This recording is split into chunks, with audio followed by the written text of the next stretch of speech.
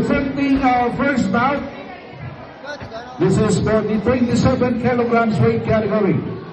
School boys o school girls ni siya? Eh, babae man ang isa. Sa mga school boys, school girls. School man siya.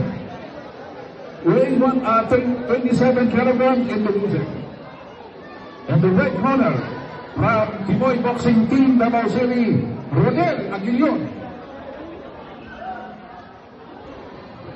Versus, in the blue corner, from Bansalan, Davao del Sur, Chilinay Diamali.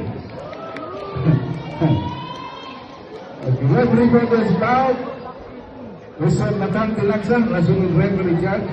Judges are Judge number 1, Mr. Linduan, Judge number 2, Mr.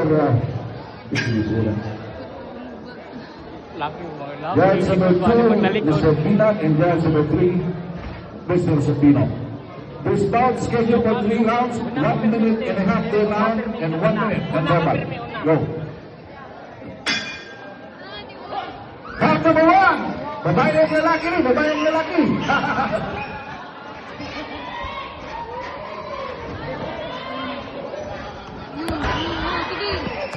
Sige, Daklan. Oh. Gawas ha. Sige, Uni. Uni. Oh.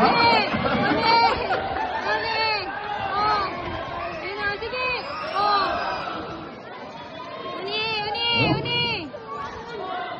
Hop. Balik. Oh, nice. Sige. Nice. Oh. Kabir. Nice. Una. Hop. Una. Jump straight. Oh. 10 seconds. Jump straight.